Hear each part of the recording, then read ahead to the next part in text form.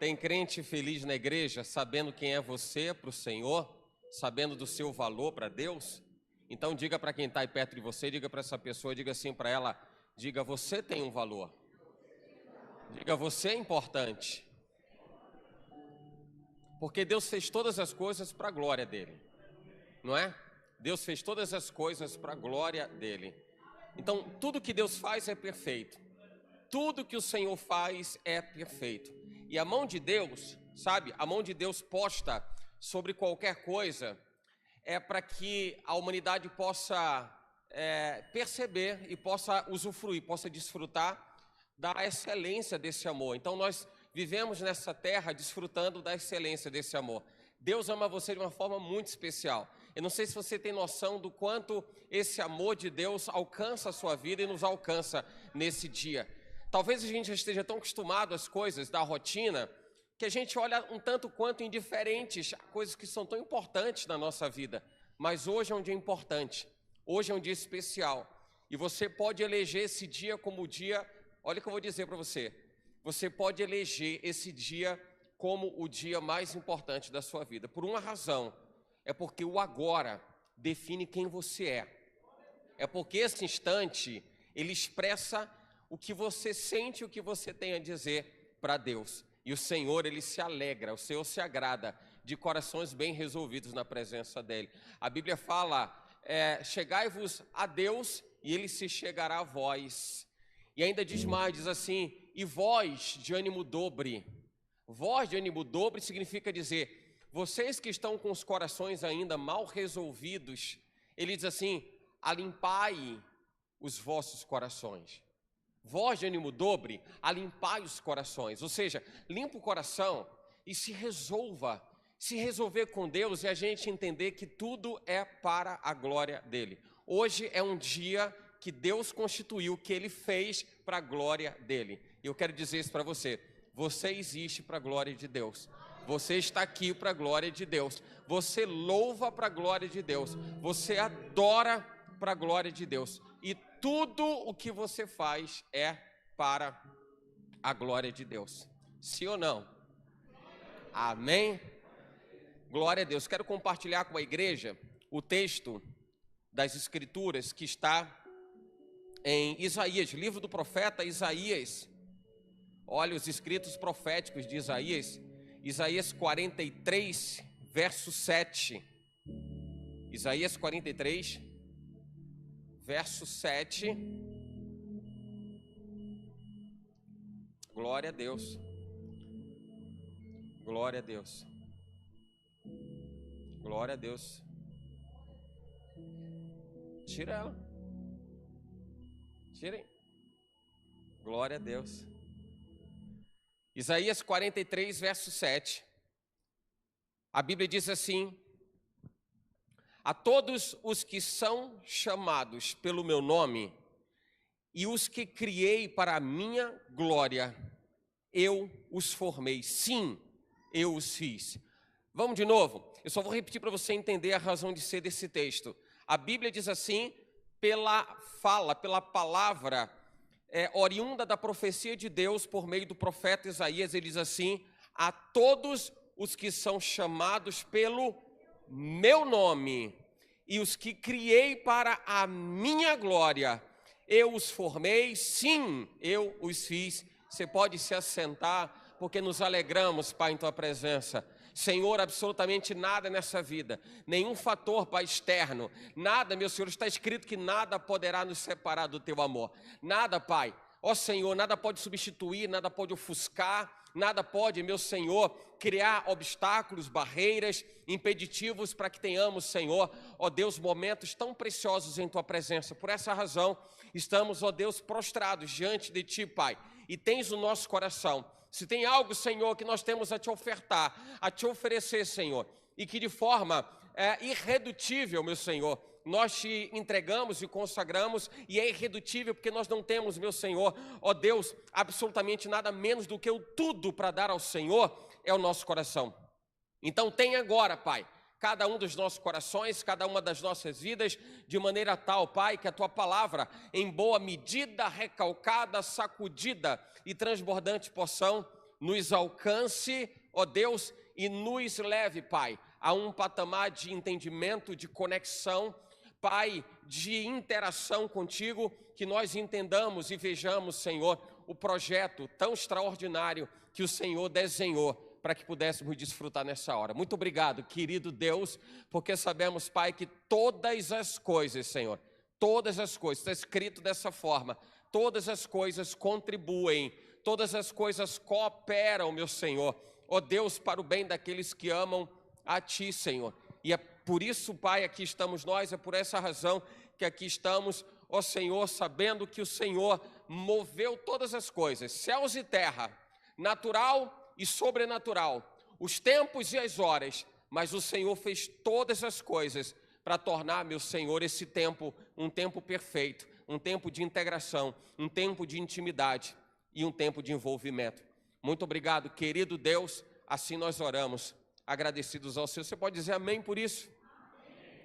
Glória a Deus, glória a Deus. O recorte do versículo, embora a gente tenha um contexto, naturalmente, que os livros, os escritos sagrados, eles têm um viés de encaixe com um determinado tempo e uma determinada jornada da história, mas fundamentalmente a aplicação da palavra de Deus, que não muda, ela é a mesma ontem, hoje, e ela é a mesma eternamente, é para que nós entendamos que essa palavra que foi declarada pelo profeta Isaías, ela é trazida a nós com o sentido histórico do tempo em que ela foi escrita, mas com o sentido sobrenatural, profundo, intenso, com que nós entendemos e abstraímos pelo Espírito Santo. Então vamos entender como funciona a coisa.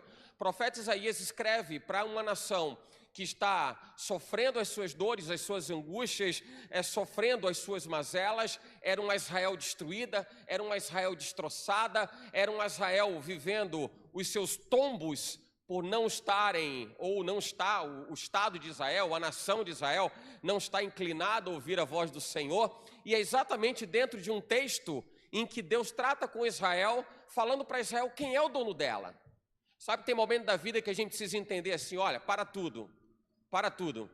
Quem é você? Quem é você? O que é a sua vida? Né? O que é a sua vida? O quanto você vale?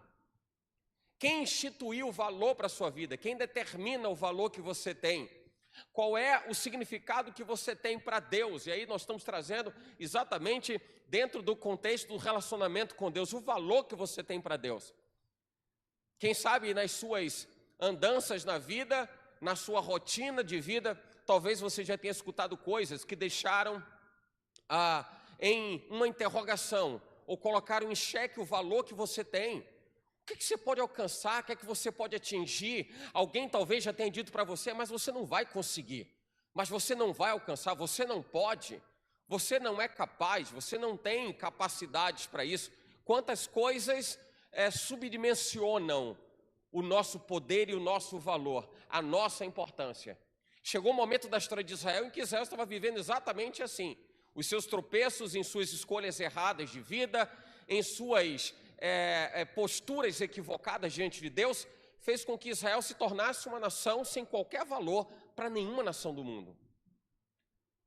E as nações que se levantavam contra Israel já não viam Israel como sendo a nação de um Deus que tudo pode, de um Deus que pode todas as coisas.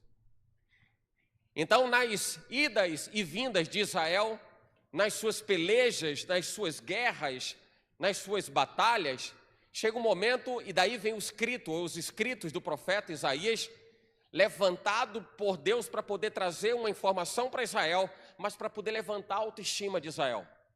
E o profeta Isaías, ele chega nesse exato momento a ponto de dizer assim, Israel, tem um recado de Deus para você. Israel, Deus está restaurando essa nação. Mas como Deus está restaurando essa nação se nós caímos pela mão de Deus? Se nós caímos pela mão de Deus.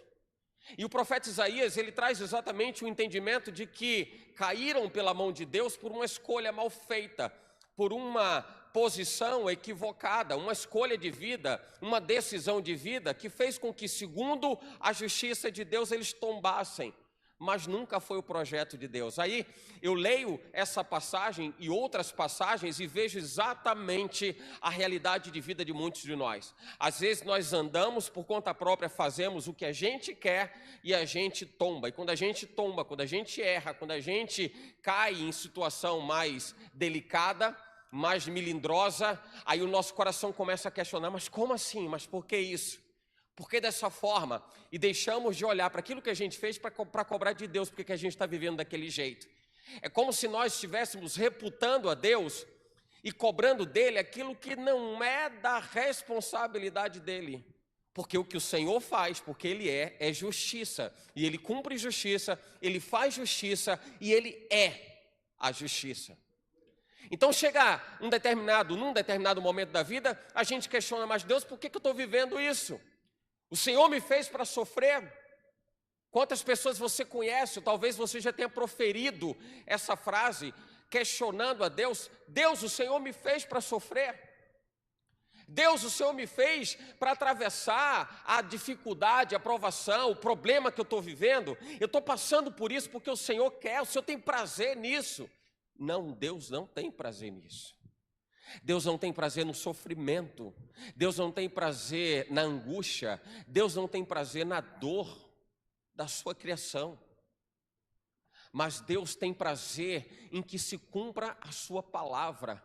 Lembra quando a Bíblia diz assim, tem porventura o Senhor, isso é a fala do profeta Samuel, tem porventura para Saul, tem porventura o Senhor maior prazer em que se cumpra a sua palavra, e ele fazia um contraponto às práticas dos sacrifícios. Deus tem mais prazer em que se cumpra a sua palavra do que nos sacrifícios de bois e de ovelhas. Sacrificar ao Senhor tem valor inferior ao valor da adoração, ao valor da dedicação, ao valor da entrega. Então tem porventura o Senhor maior prazer em sacrifícios, em holocaustos, do que se cumpra a sua palavra e que se obedeça a sua palavra e que se põe em prática a sua palavra. E isso precisa cair no nosso coração com um entendimento claro de crentes maduros, para entendermos que quando nós semeamos aquilo que a gente acha que pode semear de qualquer jeito e de qualquer forma, nós vamos obrigatoriamente precisar colher aquilo que foi plantado. E essa é a realidade de Israel, que está colhendo agora exatamente as suas escolhas, o fruto ou o resultado das suas escolhas. Mas mesmo assim o profeta levanta a nação de Israel e diz: Israel, Deus não desamparou você. Deus não desamparou você. E esse é um recado de Deus, eu creio, para a sua vida. Para qualquer circunstância, Deus não desamparou você. Deus não desamparou você pela falta do emprego. Deus não desamparou você pelo salário, que de repente não é compatível com o que você quer. Não, Deus não desamparou você, porque talvez você não tenha recebido a atenção, o zelo do seu pai, da sua mãe, do seu esposo, da sua esposa. Deus não desamparou você em absolutamente nenhum momento da sua vida, porque a mesma mão, a Bíblia diz assim, que ele feriu e ele sarará. Em que contexto Deus feriu? Porque Deus feriu porque ele agiu dessa forma para machucar as pessoas? Não. O ferimento a que a Bíblia se refere é a justiça de Deus se cumpriu. E quando a justiça de Deus se cumpre, para quem não está alinhado, ela vem sobre nós como fogo consumidor. Ela parte e ela corta e ela machuca. Mas não é pela vontade de Deus que a gente sofra as nossas angústias, as nossas mazelas. A palavra de Deus tem que se cumprir, o juízo de Deus tem que se cumprir, porque ele é justiça. Deus é justiça. E se Deus é justiça, ele tem que cumprir a sua palavra. Jeremias 1,12, eu velo pela minha palavra para cumpri-la. Deus tem que cumprir a sua palavra. A palavra dele estava se cumprindo na história da nação de Israel, mas em determinado momento o profeta diz: ei Israel, tem um recado de Deus para você. Ele começa o capítulo 43 dizendo isso: diz o Senhor que te criou, ó Jacó, e que te formou, ó Israel, não temas, porque eu te remi, chamei-te pelo teu nome, tu és meu. Tu és meu. Eu confesso que tem passagens da Bíblia que tocam profundamente a minha alma. E quando eu leio essa passagem, em outras passagens em que o Senhor diz assim, é o meu povo, ou Ele diz assim, tu és meu, eu me sinto tão abraçado, eu me sinto tão confortável, eu me sinto tão acolhido, porque eu vejo o meu Pai dizendo, filho, fica tranquilo que está tudo certo. Você sente maior segurança do que ouvir Deus dizer para você, você é meu. Descansa o seu coração, aquieta a sua alma, porque eu te remi, porque eu te guardo, porque eu te protejo, porque eu te preservo. E ele diz, eu te formei. E eu começo a ver a mão de Deus, o cuidado de Deus dizendo, está tudo certo, está tudo certo. A ponto da gente entender, como nós começamos a conversar hoje, que tudo é para a glória de Deus. E se é para a glória de Deus, as coisas precisam se encaixar na vontade de Deus. Por isso, é para a glória de Deus. Você está aqui hoje, é para a glória de Deus. Tudo que você vai viver hoje ainda é para a glória de Deus. Essa semana começa, é para a glória de Deus. Nós vamos viver experiências diferentes, demandas diferentes. A correria vai ser diferente. Porque nós estaremos fazendo atividades diferentes, com agendas diferentes. Mas eu fico imaginando, depois quando a gente se reúne, seja no culto durante a semana, o culto na quarta-feira, nós nos vemos, muitos de nós nos encontramos de novo, ou no fim de semana, ou depois, ou na sequência, mas toda vez que nós nos dispersamos dos cultos, dos encontros, aqui na igreja, eu vejo exatamente dessa forma. Pai, o Senhor aperfeiçoou cada pessoa. Senhor, o Senhor tem um Demétrio novo, o Senhor tem um Daniel novo, Deus, o Senhor tem uma Renata nova, e Deus está fazendo tudo, está fazendo, a gente sai, a gente entra numa jornada completamente restaurado, revigorado, aí a gente sai, depois a gente volta novamente, aí no culto a gente se encontra novamente. Eu vejo Deus sarando um povo, eu vejo Deus sarando uma nação, eu vejo Deus transformando a história de uma gente, eu vejo Deus mudando a história da comunidade, simplesmente pelo fato de você existir para a glória dEle, somente por essa razão. Às vezes a gente pensa assim, mas Deus vai colocar um determinado script para que eu possa cumprir, eu vou atravessar minha semana para fazer algumas coisas, para que eu diga que eu sirvo a Deus e que eu vivo para a glória dEle. Não, se o seu coração não te condena, você está em paz com Deus. A melhor receita, o melhor receituário para você entender que você está bem com Deus é que o seu coração, você não precisa de ninguém para apontar o dedo para você, você não precisa de Satanás para apontar o dedo para você, e aquela figura, aquela criatura acusadora não vai se levantar contra você, porque Deus te colocou consciência, Deus colocou na sua vida um elemento de ponderação, de autoponderação, onde você olha para dentro de si mesmo e você percebe se você está fazendo certo ou fazendo errado. Se você está realizando a coisa certa, se você está realizando a coisa errada. Isso é consciência. A vozinha da consciência não se cala dentro de nós. A vozinha da consciência não se cala dentro de nós. Eu vejo exatamente Deus cuidando de colocar dentro de você uma inteligência muito maior do que a inteligência humana e do que a inteligência artificial. Deus coloca dentro de você uma inteligência sobrenatural. E coloca dentro de você para que você possa fazer essas aferições e perceber, eu preciso melhorar, porque eu vivo para a glória de Deus. Exatamente nesse ponto de vista, Deus levanta o profeta Isaías para dizer, Israel, você foi feito para a glória de Deus, você, nação de Israel, foi feita para a glória de Deus, mas agora é a hora do tombo, Israel. É a hora do tombo, porque é a hora da colheita. E se você semeou, Israel, conforme a sua semeadura, você obrigatoriamente vai ter que colher. Mas esse não é o projeto de Deus para você. E eu vejo exatamente Deus levantando o profeta Isaías para dizer, Israel, você está andando no caminho errado. Se levanta para viver o caminho certo de Deus e não se esquece que o mesmo Deus que te fez é o Deus que te acompanha, que te instrui, que te orienta. E aí chegamos ao versículo 7, onde o Senhor deixa claro para Israel, todos chamados pelo nome dele. E aí eu vejo algo muito mais do que Israel. Vejo o Senhor falando não é somente para Israel. Agora eu vejo Deus falando para a minha vida, eu vejo Deus falando para a sua vida. Eu vejo Deus falando, Gabriel, com você.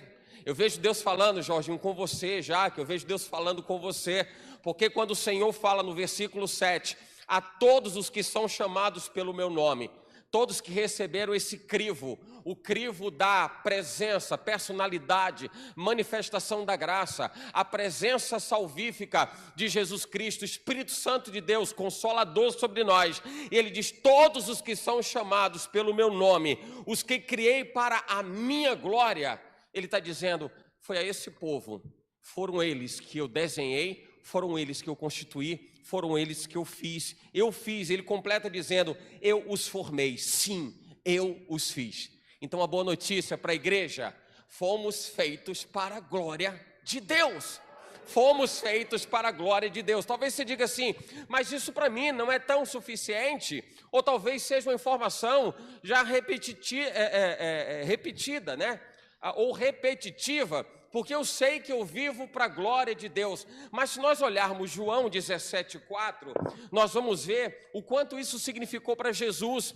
João capítulo 17, versículo 4, ele diz assim, ele está falando com o Pai, e ele diz assim, eu glorifiquei-te na terra, tendo consumado a obra que me deste a fazer. É uma frase perdida? É uma frase isolada? Não, é uma frase de Jesus dizendo assim, Pai, agora esse mundo vai entender que nós somos um. Agora esse mundo vai entender que nós formamos um bloco. Nós somos um bloco. Nós somos uma estrutura, nós somos um combo. Porque eu e tu somos um. Pai, eles agora vão entender. Porque tudo aquilo que me destes para fazer, eu fiz. E Jesus está dizendo, exatamente para fazer a tua vontade é que eu estou nessa terra, e eu preciso corresponder à tua vontade. Em suma, eu quero chegar num ponto crucial nessa noite, é dizer para você que se você, que foi feito, constituído para a glória de Deus, se você está fazendo o que Deus espera de você, você está no caminho certo, e glória a Deus por isso. Mas se por acaso você não está vivendo e fazendo aquilo que Deus espera de você, a gente precisa corrigir a rota, porque tudo é para a glória de Deus. E alguém que foi feito para a glória de Deus e não cumpre aquilo que dele se espera, não está atendendo a expectativa, não está atendendo um anseio. E Deus tem um anseio extraordinário. E eu repito, porque através de você, Deus está mudando a história da nossa cidade, da nossa comunidade, do nosso país. Deus está levantando pessoas. E mais uma vez eu digo, não é como se você pegasse um script para dizer o que é que eu vou precisar fazer hoje, amanhã e depois, e depois, e depois. Não, pelo simples fato de você dizer, Pai, o meu coração é teu, a minha vida é tua. Faz de mim o que o Senhor quer. Deus tem tudo que Ele precisa, e através de você, tudo que é necessário, se viver nessa terra, Deus faz acontecer, as coisas acontecem, porque existe alguém que se predispõe a servir, e Deus espera isso. A Bíblia diz que o Senhor, os olhos do Senhor estão postos sobre a terra, à busca de verdadeiros adoradores, que o adorem em espírito e em verdade. E eu quero chancelar esse entendimento de que Deus olha para essa terra e olha pessoas que o adorem em espírito e em verdade, para dizer, Deus está com os olhos dele postos nesse lugar. Deus está com os olhos dele postos nesse lugar e postos sobre a sua vida. E talvez você pense assim, mas quantas pessoas estão reunidas no nome dele agora? Quantas pessoas estão buscando a presença de Deus agora? Mas Deus está olhando para você agora, e importa para Deus agora olhar para você com a exclusividade em relação a você, que só cabe a Ele e a você. Como Deus está olhando para quem está do seu lado, e essa exclusividade cabe a Deus e essa pessoa que está do seu lado, porque Deus está consolidando o propósito de adoração para o qual você nasceu para viver. Deus levantou você para você viver a excelência da glória dele. Diga, eu sou alguém criado pelas mãos de Deus para ser a expressão da sua glória. Então eu preciso viver para a glória de Deus. Eu vou encontrar momentos de dificuldade, momentos de aflições, momentos de angústias. Significa dizer que eu vou estar indiferente a isso? Não, mas a Bíblia diz que em qualquer circunstância, em qualquer situação, eu posso viver uma vida de sustentação, de adoração. Por isso, você vive para a glória de Deus, porque Deus espera que você adore a Ele com a sua vida. Quando a gente fala em adoração, normalmente as pessoas remetem ao tempo de canção, como se a adoração estivesse relacionada exclusivamente a tempo de canção. A adoração tem um seu sentido muito mais amplo, mais extenso, é um leque muito mais aberto do que simplesmente você cantar uma canção ou se sentir envolvido por ela, ou pela mensagem que ela traz. Falar de adoração é falar de completa conexão com Deus. Completa conexão com Deus. Então é possível que nós estejamos vivendo um tempo de adoração a Deus, ainda que seja na tribulação, ainda que seja na angústia. Se você observar a história, a passagem bíblica em que Jesus ele está andando sobre as águas e chega num determinado momento no mar da Galileia, aquelas águas estão revoltas, o barco está balançando, e aqueles que estão no barco olham para Jesus andando sobre as águas pensando ser um fantasma. Jesus chama Pedro para que andasse e se encontrasse com ele sobre as águas. Naquele momento, o que Pedro está fazendo em sair do barco e colocar os seus pés do lado de fora é dizer: Jesus, eu estou manifestando adoração, porque eu estou confiando no seu chamado. Jesus está chamando. Jesus está chamando. Agora vamos lá, isso parece, a gente passa por essa passagem bíblica, a gente acha bonito, dá um glória a Deus, aleluia, né? E a gente acha isso tudo muito bonito e talvez a gente não aplique como a gente deva aplicar na vida. Vai lá, vamos tentar encaixar ao fato, a realidade, enfim, ao contexto para a gente entender o que está acontecendo. No meio de uma turbulência no mar da Galileia, se você observar, o mar da Galileia é um mar praticamente ou literalmente um mar parado.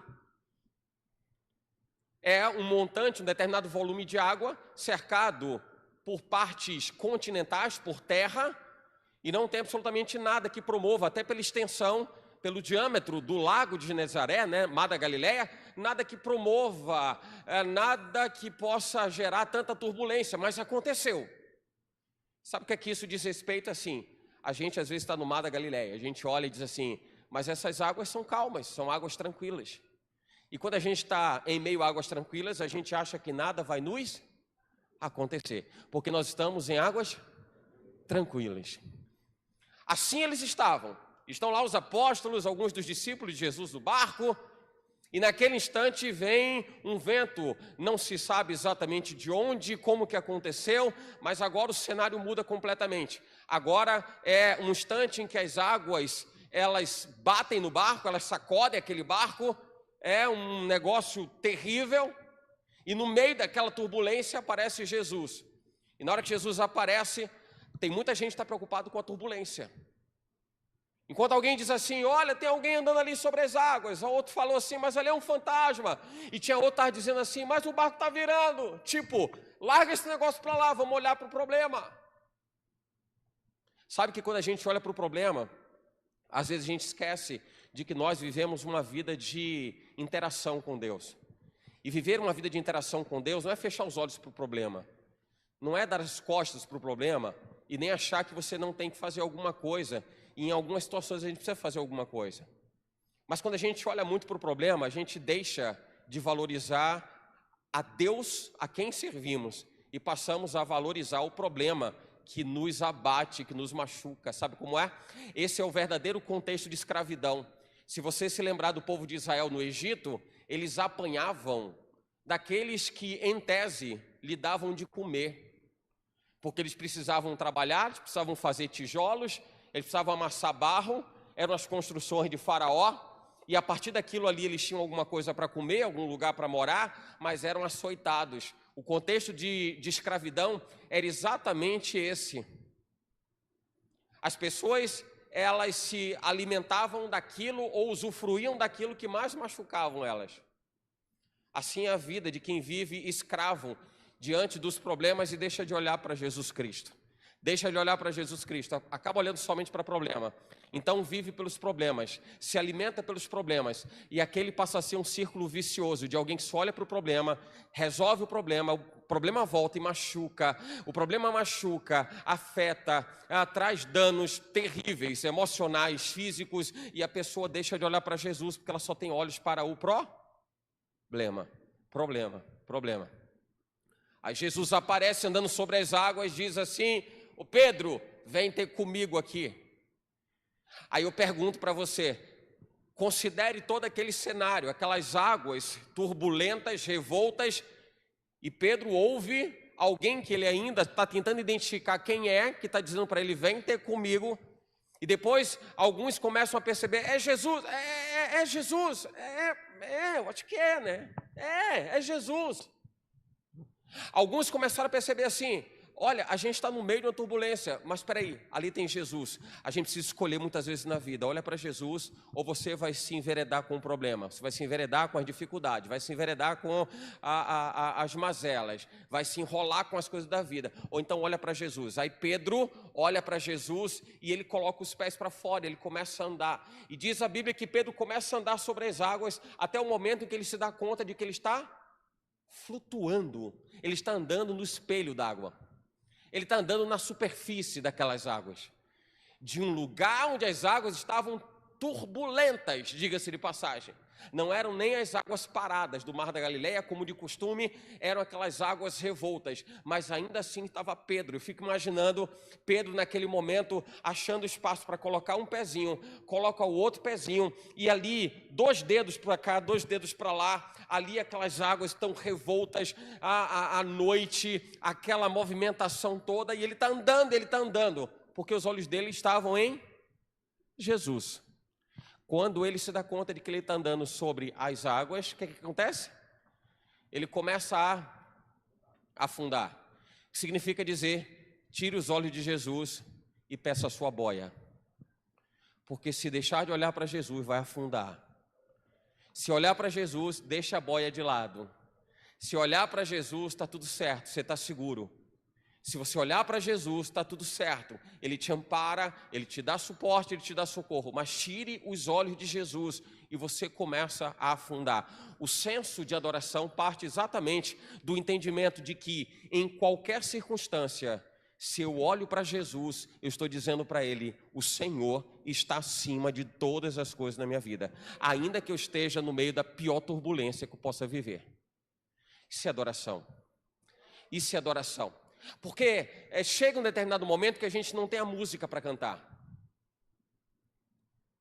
Chega um determinado momento, a gente pode não ter o instrumento para ajudar. Tem um determinado momento que não tem tempo nem para escolher a canção. Mas tem, em todos os momentos, em qualquer circunstância, você tem algo para entregar com a sua alma. O conhecido príncipe dos pregadores, um pastor inglês batista que a gente fala com frequência aqui na igreja, que é Charles Spurgeon, ele diz uma coisa muito importante. Ele diz assim: para um cristão, todo lugar é lugar de adoração. Para um cristão, todo lugar é lugar de adoração. E eu entendo quando ele fala isso, porque nós não podemos delimitar por espaço físico ou por circunstância aquilo que Deus nos deu, que transpõe o natural. Porque Deus nos deu em condição de sobrenatural. O adorar a Ele, o buscar a Ele, é sobrenatural, é atemporal, é adimensional, não se dimensiona, é atemporal, porque você não tem tempo, não se define tempo para isso. Eu vou adorar a Deus porque eu vou estar na igreja, o horário do culto é de tal hora, então nesse momento eu sou adorador, depois eu não sou mais. Depois que não tiver um pregador ministrando a palavra, depois que não tiver alguém ministrando louvores, depois que não tiver ninguém orando, não tiver ninguém fazendo nada na igreja, eu perdi a minha natureza adoradora? Não, aí eu entendo, porque Spurgeon fala disso. Eu entendo porque que ele diz que para um crente, para um cristão, todos os lugares são lugares de culto, de busca, de adoração a Deus, porque qualquer lugar vai nos levar a estarmos conectados com Deus. Então Deus fez você para a glória dEle, Deus fez você para você ser um adorador. E eu repito, a adoração no contexto de que você vai precisar de muito mais do que música para entender o que é adoração. Você vai ter que viver algo muito maior do que canção, do que canções, para você entender o que é adoração. Aí Deus levanta você para que você seja um adorador, e eu sou adorador, e eu busco a presença dEle, e eu quero me conectar com Ele, e eu vivo para a glória dEle. Com que intuito? Com que intuito? Porque o projeto de Deus é macro, não é somente a sua relação com Ele, não é somente você e Ele, há algo que extrapola os limites do seu eu pessoal, do seu eu particular. Deus levanta pessoas para que tenham ou sintam a mesma coisa que Ele sentiu, que tenham um sentimento parecido com o dele. Um sentimento parecido com o dele. E o sentimento de Jesus Cristo era o sentimento de amar outras almas, de amar outras pessoas, de amar o projeto, de amar o propósito. Amar o propósito. Sabe aquela coisa do, olha, eu estou salvo e está resolvido? Não, não é suficiente para quem foi chamado por adorador, para quem foi chamado para a glória de Deus. Porque se é para a glória de Deus, a minha vida passa a ter um serviço, passa a ter uma serventia que vai além daquilo que eu acho que tem que ser, extrapola o que eu acho que eu tenho que viver, eu preciso ir além, e talvez não seja nem pela minha vontade. Talvez você tenha que ir além, talvez não seja nem pela sua vontade, porque há quem diga assim, olha, eu estou até com vontade de sair para evangelizar, eu estou com vontade de servir a igreja, eu estou com vontade de evangelizar, de fazer alguma coisa pelo próximo, eu estou com vontade de, numa investida de ação social, quero participar, você pode até ter vontade nisso, mas talvez nem tenha. Deus levanta pessoas, Deus levanta uma igreja e torna essas pessoas espelhadas nele para que tenham o mesmo sentimento, para que haja em vós o mesmo sentimento que houve em Jesus Cristo. O apóstolo Paulo dizia isso, para que haja em vós o mesmo sentimento que houve em Jesus Cristo.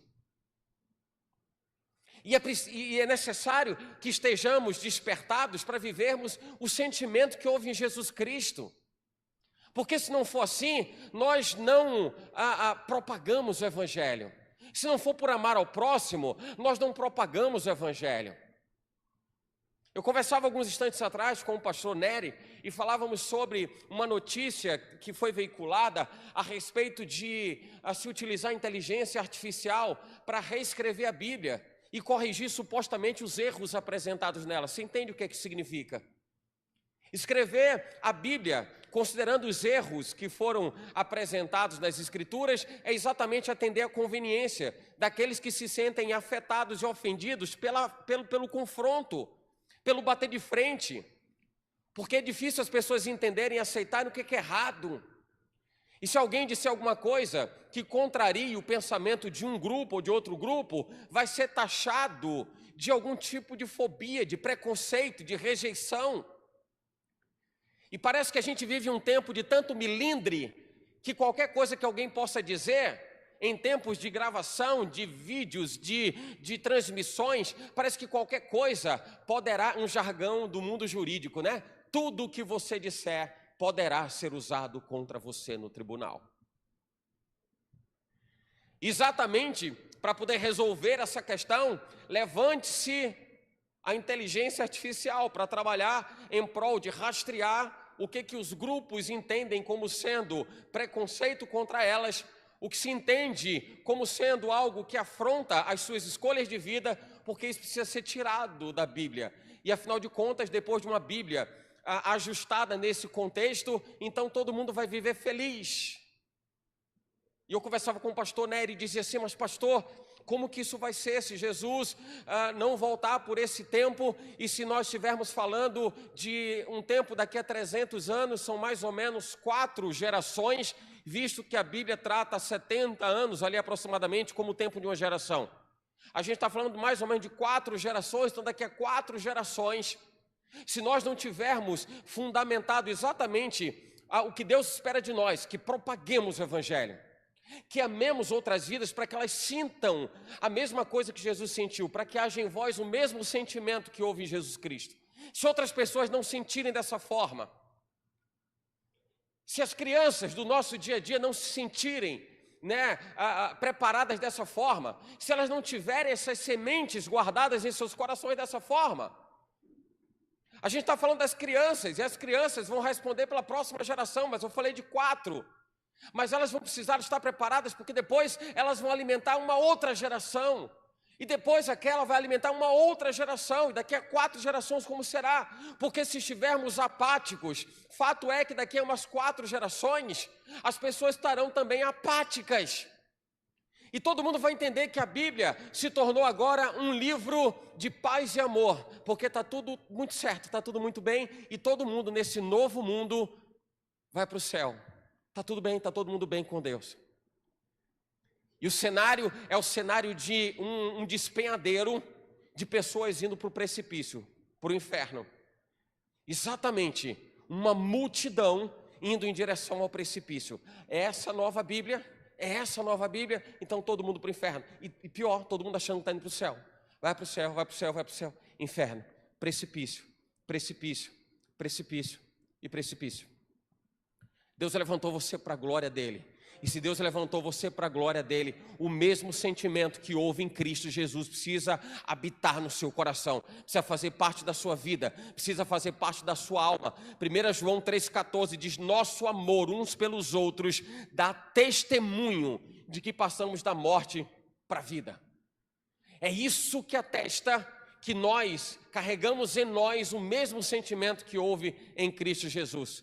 O nosso amor uns pelos outros, amar as pessoas, ame a você, segundo o mandamento, depois de amar a Deus sobre todas as coisas, ame a você mesmo, relacionamento vertical e horizontal, ame a Deus como a ti mesmo, ame o seu próximo. É exatamente o princípio do sacrifício vicário, do sacrifício da cruz, o amor e conexão de Jesus com o Pai. A minha vontade é fazer a vontade do meu Pai que está nos céus, mas ame ao teu próximo, a ponto de Jesus dizer: Pai, perdoa-lhes porque eles não sabem o que fazem. Significa dizer, então, que se Deus levantou você para a glória dEle, Deus espera que num contexto de adorador, que Deus levantou você para ser. Diga: é comigo mesmo. Deixa eu ver de novo. Tem adorador aqui na igreja? Diga: é comigo mesmo. E se Deus levantou você para você ser adorador, esse sentimento que houve em Cristo precisa reinar em você, a ponto de você guardar dentro de você a responsabilidade de amar outras pessoas que se levantarão para serem discípulos de você. E Deus está levantando pais e filhos, pais e filhos, pais e filhos, pais e filhos. Deus está colocando pessoas na sua vida, na sua rota de existência. E tem gente que está vivendo só o seu eu. Vou viver a minha própria vida, só vou viver minha vida. Aleluia, paz do Senhor, glória a Deus. Irmão, a gente se vê na quarta-feira, no domingo a gente se vê de novo. Irmão, aleluia, glória a Deus. Se a gente começa a mudar, a gente vai chegar assim: irmão, vem cá, eu quero te dar um abraço antes de você ir embora, mas não quero só dar abraço. Você entendeu a mensagem de hoje? Deus levantou você, irmão, como adorador, para você mudar a história desse mundo. Aí o outro irmão vai dizer assim: eita Jesus, que coisa tremenda, irmão. Quero dizer a mesma coisa para você. Deus levantou você para a gente fazer diferença. E aí quem está de fora vai dizer: tem 2 doidos conversando ali. Tem 2 doidos conversando ali. Mas não é, você está entendendo o recado de Deus, você está alimentando a outra alma. Você está valorizando a outra alma, você está encorajando a outra alma, você está gerando discípulos e você está sendo pai. É o sentido, o sentimento de paternidade. É para que a gente possa viver exatamente a natureza de Deus para com a sua criação na terra. Aí Ele faz isso para que nós sejamos multiplicadores desse senso de paternidade, porque as pessoas só vão entender o que é o amor do Pai para conosco se elas entenderem no dia a dia, na prática, se elas verem isso de perto. Tem gente que acha que se relaciona com um Deus invisível. Lembra da fala de Faraó? O entendimento de Faraó era esse, que Deus é esse invisível. Moisés chega para falar com o Faraó diz assim: quem te mandou aqui? Aí Moisés diz: ô Deus, tem que resolver um problema. Resolve esse BO para mim aqui, porque é o seguinte: eu vou lá e falo com o Faraó. Faraó tem lá no palácio meio mundo de imagem, e ele diz: isso aqui é Deus disso, isso aqui é Deus daquilo, isso aqui é Deus daquilo outro.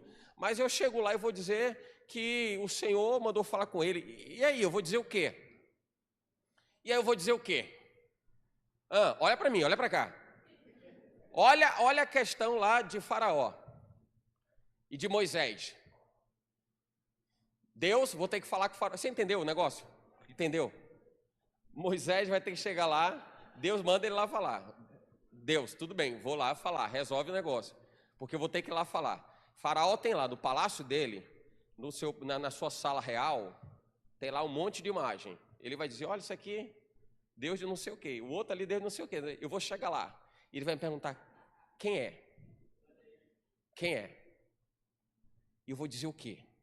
Ô Deus, dá para fazer alguma coisa? Eu não tinha WhatsApp na época, manda foto pelo WhatsApp, não vai, irmão. E agora? Diz que eu sou, mandou você. Ah, pô, agora ficou ótimo. Agora ficou fácil. Que agora ficou facinho. Vou chegar lá e quando ele me perguntar, eu vou dizer. Quem foi, tá tudo certo. De alguma forma, ele deve conhecer quem é eu sou. Tem coisa, irmãos, vou dizer um negócio para você.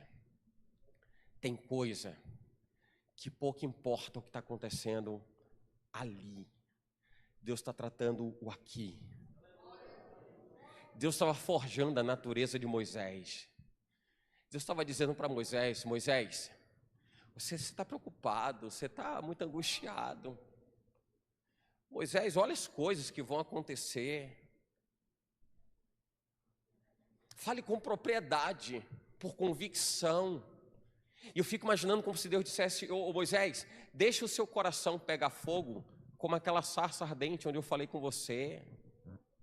Deixa aquela sarça entrar no seu coração, para que aquela experiência que você viveu, ela possa ser permanente, contínua. Está precisando de justificativas? Você vai lá e vai lá, meu filho. Está tudo certo.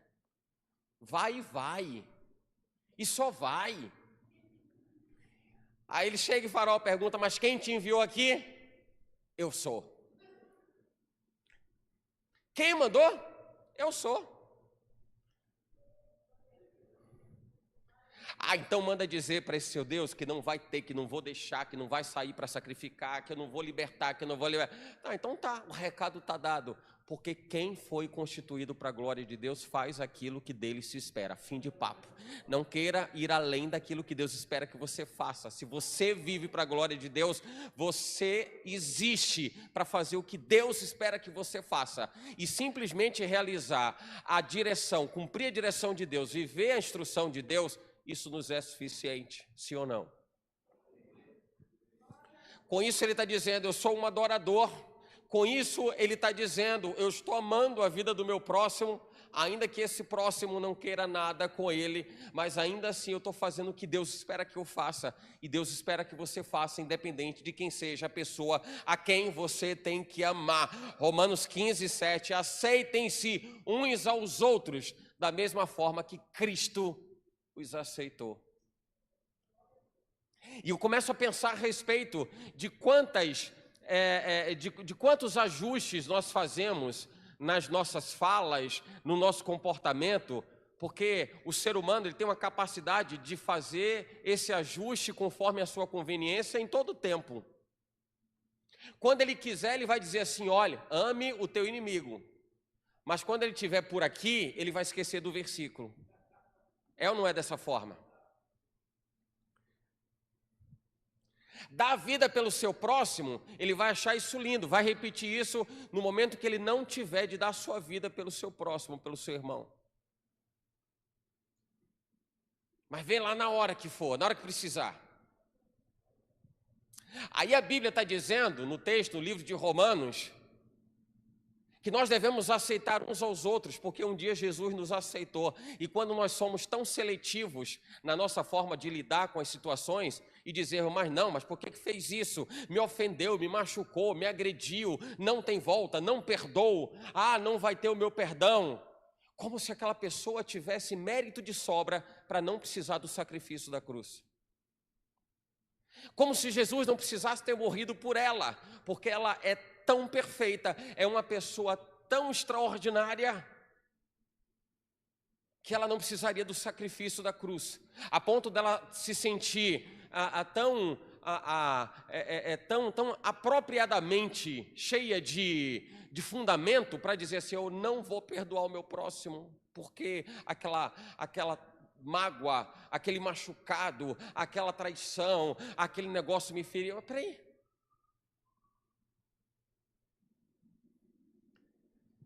Eu vivo para a glória de Deus. A gente só precisa entender e desconectar um pouco o que é a razão da nossa existência com as coisas que nós queremos definir ou determinar do evangelho que seja conveniência nossa. Porque quando a gente traz o evangelho para viver a nossa conveniência, a gente vai quebrar a cara, vai sair andando numa estrada cheia de buraco, cheia de armadilhas. Se anda um pouquinho, cai em uma, anda um pouquinho, cai em outra, porque a gente está querendo estabelecer ali uma forma de entender o evangelho do nosso jeito, e aquilo que a gente acha que vai ser usado em nosso favor, nosso trunfo, é o nosso tropeço. O compromisso com a palavra de Deus, o que a palavra de Deus tem para conosco, entenda isso. O compromisso da palavra de Deus para conosco é zero. A palavra de Deus tem compromisso com Ele. Irmão, isso é forte. Se você estiver nele, aí o compromisso da palavra de Deus é 100% com você. Isso é só para chamar a atenção de que quem escolhe viver uma vida de pecado, a palavra de Deus não tem compromisso com a sua decisão de viver no pecado. Entende isso? Eu sei que essa palavra deu uma chocada, né? Como assim? A palavra de Deus não tem compromisso comigo? A Bíblia fala que Deus é fiel. Fiel a quem?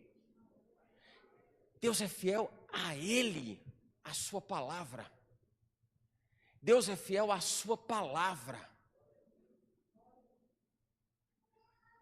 Se o compromisso da palavra fosse com o homem iria escolher andar em pecado, e aliás tem sido a escolha de muitos dos homens, das pessoas, dos indivíduos na terra, e elas precisariam recorrer à palavra de Deus para dizer: Deus, resolve esse negócio aqui. Se o compromisso de Deus fosse com o homem, Israel não estava vivendo essa dor, esse sofrimento nessa hora aqui, ó. Mas o sofrimento e o tropeço, ou os tropeços de Israel, foi para Israel perceber: o buraco foi a armadilha que eu cavei para mim mesmo. Eu pego a palavra dele para usar em meu favor e para cobertar os meus erros, as minhas mazelas, não vai funcionar. É onde eu vou tropeçar, porque a palavra de Deus tem compromisso com Ele. E eu nasci para a glória de Deus. Você nasceu para a glória de Deus. Na medida que você entende isso, que você se encaixa, isso se chama alinhamento. É um termo tão comum que a gente tem escutado, mas alinhamento. O que é esse alinhamento ou posicionamento? É você se colocar onde você tem que se colocar. É você estar vivendo o que Deus espera que você viva. É você estar encaixado na vontade de Deus. E o sofrimento e a dor de Israel é por não estar vivendo o projeto de Deus, o propósito de Deus. E agora a hora do sofrimento, ela é trazida e apresentada a Israel com uma ponta de esperança, pelo próprio Deus que diz: olha, eu não destinei você, eu não sonhei você para viver isso. Mas você entende que essa é uma escolha sua. Enquanto você não entender que tudo é para a minha glória, aí, Israel, você vai viver nesse buraco.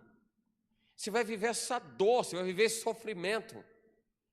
E eu vejo o cuidado de Deus falando com o profeta para dizer assim: olha, a dor está acontecendo ainda, o problema ainda está acontecendo. Mas olha, eu te remi, Israel, eu te formei. É Deus dizendo assim: para de andar errado e se envolva comigo. Se relacione comigo. Me busque. E se você me buscar, você vai me encontrar. Quando você me buscar de todo o seu coração. Mas enquanto você estiver olhando, Israel, para aquilo que você quer e fazendo o que você quer, o que você quiser, você vai viver os tropeços, embaraços da vida. Mas para olhar naquilo que eu tenho desenhado para você, Israel. Eu te criei, e vejo Deus fazendo exatamente isso, porque eu te formei, eu te criei. É Deus mostrando e estabelecendo identidade para Israel. Quem te fez foi eu. Não foram deuses dos saduceus, dos heteus, dos amorreus, dos jamorreus. Não é, ou não são esses deuses. Quem te fez fui eu, Israel. Onde é que a gente coloca os nossos olhos? Onde que nós estamos pondo os nossos olhos? Quem é o Senhor em sua excelência, em sua grandeza, em sua majestade? Para que vivamos oprimidos, para que vivamos uma vida de milindres, uma vida de dores, de sofrimentos, de escassez. Escassez, eu me refiro à escassez da presença de Deus, de ausência da presença de Deus. E não é porque Deus deixou de falar. Esse é um pensamento, essa é uma frase de Billy Graham. E ele diz assim, não é que Deus não deixou de falar com os homens, é que o homem deixou de escutar a Deus. E é exatamente isso. Se nós não enxergamos dentro de nós e vemos que nascemos para a glória de Deus, e Deus espera que nós façamos e vivamos exatamente isso, vivermos uma vida de dedicação, uma vida de Senhor, eu quero viver com o Senhor todo dia. Não é um relacionamento dominical, não é um encontro, olha, eu vou acreditar que a minha vida em Deus está muito bem resolvida porque eu vou para o culto. Não é, porque a nossa vida ela não é particionada. Não é, a nossa vida é a vida. E você é crente no culto, você é crente quando vai para casa, você é crente quando vai deitar, quando você vai levantar, você vai para o trabalho, você vai no mercado, vai para o banco, você é crente em qualquer tempo. E o que Deus espera de você é que em todos esses nichos que integram a sua rotina, você seja o crente que Ele espera que você realmente seja. É o crente que vai glorificar a Deus, é o crente que vai adorar a Deus em seu comportamento, em sua postura, alguém que é idôneo, alguém que vai amar o próximo, alguém que vai expressar amor ao próximo. Mas parece que muitas pessoas vivem uma vida fracionada, é uma vida de crente na igreja, sabe da glória a Deus, sabe da aleluia, mas depois que sai da igreja, parece que agora ele entra em modo mundano, modo crente. Domingo 18 horas, domingo 9 da manhã, mas domingo 20 horas, e quando sou eu que estou pregando é mais um pouco, né? Mas quando passa do horário, ele entra em modo mundano, e acha que pode viver de qualquer jeito, de qualquer forma. Diga não comigo, eu sou crente. Fala para quem está do seu lado, diga eu sou crente. Fala aí, fala direito aí, ó, porque a pessoa não vai acreditar direito, ou não sei, mas fala para ela aí. À medida que o Espírito do Senhor trabalha em nós, nós nos tornamos mais e mais semelhantes ao Senhor. Nós nos tornamos semelhantes a Cristo Jesus. O texto de 2 Coríntios 3,18. Quando a Bíblia diz, conhecereis e prosseguireis em conhecer ao Senhor, nós entendemos onde é que se encaixa a razão de sermos feitos para a glória de Deus. E se você foi feito para a glória de Deus, Deus espera que você amadureça. Crente maduro é o que Deus espera ter na terra. Lembra que eu falei há poucos instantes sobre aquele fato que eu conversei com o pastor Nery a respeito do que deve ser daqui a algumas gerações, como vai ser esse negócio de Bíblia, de ajustes na Bíblia, mas como que a gente vai trabalhar para impedir isso? Aí alguém vai dizer, não, Deus vai fazer. Ô crente, Deus espera que você faça, você é maduro para isso. Você é maduro para isso. Então Deus espera que através dessa maturidade você possa assumir a responsabilidade que cabe a você, que cabe a nós enquanto corpo de Cristo. E a gente vai conseguir fazer isso se nós entendermos que tudo que a gente faz expressa adoração. Eu vou expressar adoração a partir do meu comportamento. O meu comportamental vai dizer quem eu sou. Pelos frutos se conhece a árvore. As pessoas vão saber que eu sou a carta escrita por Deus e revelada aos homens. Não sabeis que você expressa a glória de Deus através do seu comportamento, através das suas atitudes? Deus levantou você para isso. Se você não assume essa responsabilidade, não assume esse papel, pergunta a você como vai ser? Como vai ser daqui a essas 4 gerações a que me referi? Se você não se permitir crescer, amadurecer, tudo na vida proporciona crescimento. Mas eu vou dizer uma coisa, tudo na vida em que nós nos enveredamos à maturidade, tudo onde nós aplicamos o nosso coração, porque onde estiver o seu tesouro, ali vai estar o seu coração. Onde estiver o seu coração, ali vai ser o seu tesouro. Você vai se lembrar da época que você não conseguia fazer um feijão, um arroz, um macarrão. Quem se lembra do primeiro macarrão como foi? Eu me lembro do meu. Meu primeiro, segundo, terceiro, quarto, acho que até o 10º. Eu nunca vi tanta unidade na cozinha e na panela na hora de cozinhar um macarrão. Porque para mim era impossível juntar tanto macarrão e amolecer os corações daquelas varetinhas para que elas ficassem soltas. Não, na hora da fervura, elas viviam exatamente a unidade. Foi o primeiro, foi assim, o segundo, o terceiro, acho que até o 10º foi assim. Mas teve uma hora que eu disse assim, eu vou conseguir fazer. E eu fui fazendo. E eu vi já que estava existindo alguma dissensão e tal, estava um grupo para cá, um grupo para cá. A gente falava de obras da carne pela manhã, eu vi que tinha facção, porque tinha um grupo aqui, outro grupo cá, mas estava separando o negócio. E eu fui aperfeiçoando, eu fui olhando e pesquisando, vendo até que tudo ficou bonitinho, tudo ficou arrumadinho, e saiu o negócio direito, no tempo certo, como se espera. E nesse quesito, eu ganhei maturidade. Aleluia. Agora, eu já casei sabendo cozinhar um macarrão. Agora eu vou dizer um negócio, para tudo aquilo onde nós nos debruçamos para amadurecer. Porque se você não quiser, não tem quem amadureça, não tem quem cresça, não tem quem se desenvolva. Tudo que lhe vier às mãos para fazer, faze-o conforme todas as suas forças, conforme todo o seu entendimento, conforme toda a sua alma.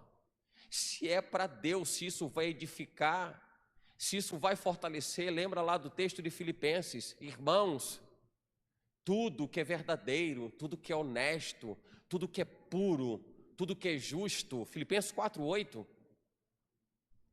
tudo que é justo, tudo que é verdadeiro, tudo que é honesto, tudo que é puro, tudo que é justo, tudo que é de boa fama,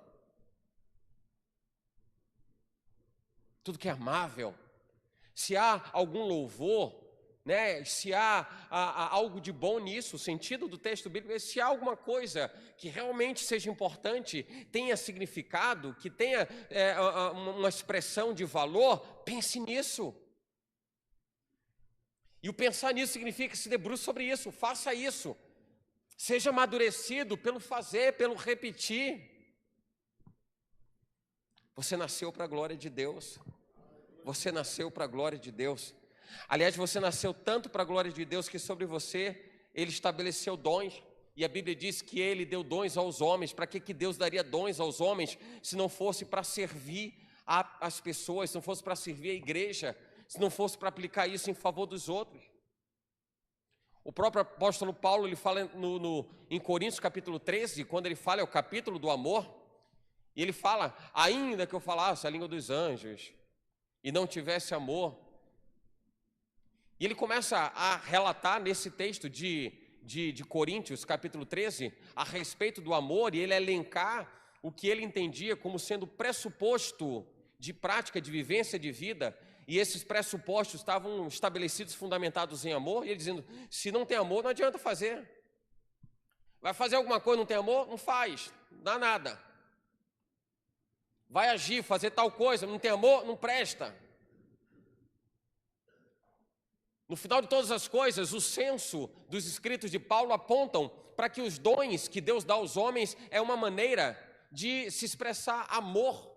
Então você expressa amor e você vive o amor de Cristo manifesto e revelado sobre a sua vida na medida em que você recebe de Deus algo que não é nem para você, mas é para o próximo.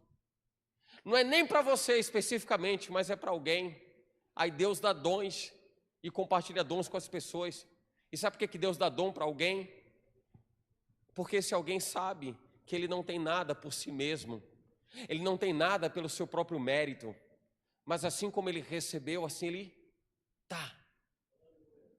E Deus deu dons aos homens, Deus deu dons às pessoas, e por isso você vive e existe para a glória de Deus, vive para a glória de Deus. É o que Deus espera que você faça. A fala, e eu repito, volto para o texto base dessa mensagem, lá em Isaías 43:7, o recado de Deus para Israel: Israel, você perdeu a referência, você perdeu a noção, você não sabia ou deixou de saber porque quis que você existe para a glória de Deus.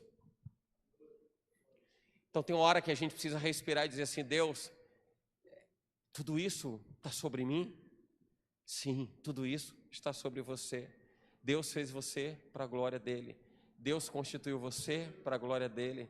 Deus espera que os seus dias de vida sejam para a glória dele. Deus espera que você tenha prazer em manifestar a glória dele, que as pessoas possam ver Jesus em você, que as pessoas possam ver Jesus manifesto em você. Talvez você conheça alguém ou pessoas que tenham até vergonha de dizer que são crentes. Isso não é vergonha, vergonha é alguém não ser crente. Honestamente falando, vergonha é alguém escolher um padrão de vida, um modelo de vida que seja distante do Evangelho. Você não precisa de aprovação das pessoas para que você se sinta bem em servir a Deus. Você precisa da aprovação de Deus. E a Bíblia diz que bem-aventurado é o mesmo sentido, o significado do bendito, a quem o Senhor referiu a palavra dele, a Jesus. Ele é bendito. O próprio Jesus diz isso. No tempo da igreja entrar no céu, entra, bendito de meu Pai. A palavra voltada para bendito é para dizer: você é um diferente, você é um separado, você é um especial, você é um abençoado, você é alguém que destoa da grande massa.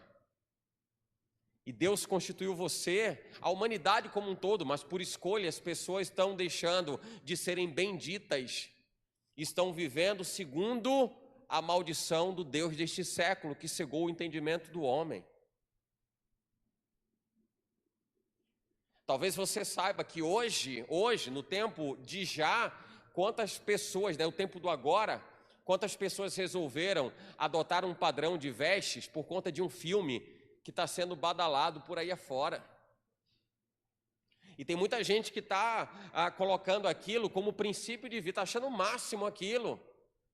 E não sabe o quanto aquele negócio carrega uma mensagem maldita, perversa, que afronta a santidade de Deus, que afronta os princípios do Evangelho, mas as pessoas acham bonito e acham legal porque está na moda. A palavra moda em estatística tem a ver com uma determinada ocorrência que se repete com maior frequência. O entendimento dentro da estatística é exatamente esse. Se você faz um levantamento de dados, aquele dado que mais se repete é chamado de moda. E esse entendimento de moda entra nesse contexto de vida social, onde as pessoas se somam a outras tantas, estão fazendo besteira, indo para o mesmo precipício. E vai um monte de gente atrás. Monte de gente atrás.